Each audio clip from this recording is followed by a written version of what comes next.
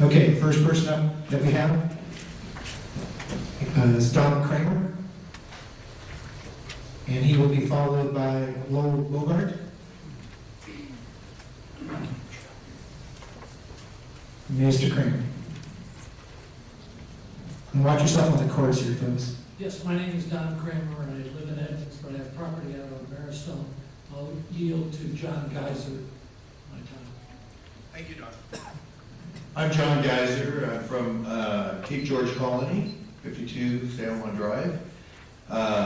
Felt intimidated when I came in here. I was asked to, I wanted to testify. I didn't know this was a court gathering in a public forum, but boy, testify. Anyways, I've got the revision here. I'd like to ask how many here actually live in Jefferson County. Could you please raise your hand? How many actually live in Jefferson County? And since we are talking about water-related issues, how many of you live on or by a body of water that is affected by this directly? This is good, this is good. I'm happy we've got a lot of... Please indicate the percentage of those people that responded. Oh, yeah. I'll add it all up for you later, okay? That'll be part of my side notes. Okay, decisions that will be made by this document. You are all to be affected by this, correct? The ones that raise their hands? Okay. I just wanted to bring up perspective in here and thank you. Appreciate it. All right, thank you.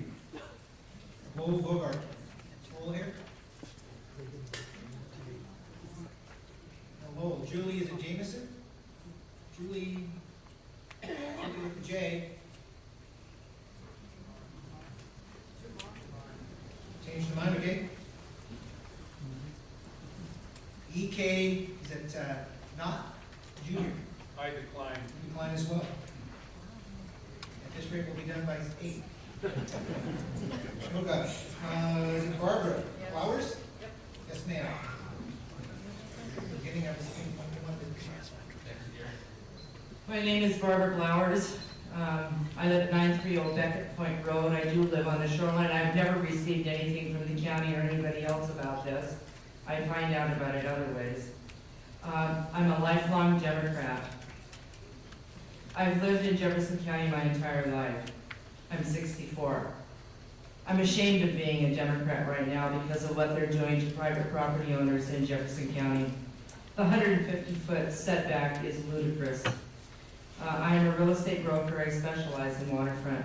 And mostly I've been going to the hearings to speak for my clients, who oftentimes don't live in Jefferson County and can't make it to the meetings. Right now I'm here speaking for myself, because this new shoreline master plan incorporates the critical area ordinance from GMA, and I'm not going to be able to replace my garage now that floods every year because of work done on the road. I'm pretty angry about that, but I'm even more angry for my clients. Anybody that owns a vacant lot in Jefferson County, if it's a flat lot, high bank, at 150 feet bank back, they can't even see the water at all. So if you're on East Maristone Road, for example, and you're 150 feet back on a flat lot, what you're looking at is the green of Whidbey Island, and that's it. I find it really strange that the city of Port Townsend, and you lauded them for being one of the first ones out of the box, they're allowed to have a 50-foot setback. But we all have to have a 150-foot setback, and it's kind of across the board. You can go through some variances. I mean, at Beckett Point, we couldn't do it because our lots are only 80 feet deep. I do have a question, and I'd like this question answered. Will property owners, without my glasses, will property owners be required to disclose the non-conforming status of their homes to new buyers? Because it could be an issue. So I'd like someone at the Department of Ecology to get that answered, please. You have about a minute left, ma'am. Yeah, well, it's too little. I wrote too little and I don't have my glasses on. There's my glasses. Sorry about that. I think I can see. I think I'm only 20. Oh, the other thing I'd like to comment is you keep talking about no net loss. I think that's probably physically impossible, no net loss. But I'd like to ask for no net loss to property owners and no net loss to our economy.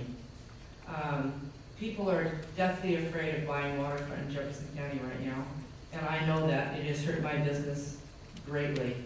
And my property owners are really scared, and their properties are most definitely going to be devalued in a very major way. Not in a little way, but in a major way, by at least a third. Thank you. Great, thank you. Next, we have Jim Boyer, and he will be followed by Robert Irving. Mr. Boyer?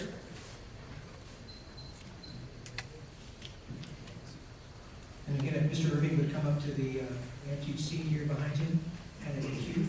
Yes, sir. I'm Jim Boyer. I'm a property owner in the unincorporated area of Jefferson County, and I'm representing the Citizens Alliance for Property Rights.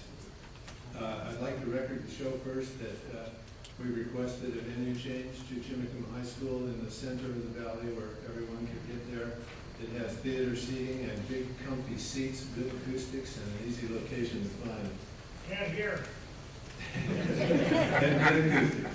In order to understand the science behind the 150-foot buffers, we participated in a lot of the early meetings, and I spoke with Jeffree on a couple of occasions. Going through the critical inventory analysis, we weren't able to identify areas of degradation that would lead to the necessary increase in buffer zones along our coastal areas. I was told then that it would be found in the restoration plan, and a lot of tables, a lot of graphs, a lot of maps, but nothing there that led us to any specific properties where we could see proof that the existing buffers have not worked.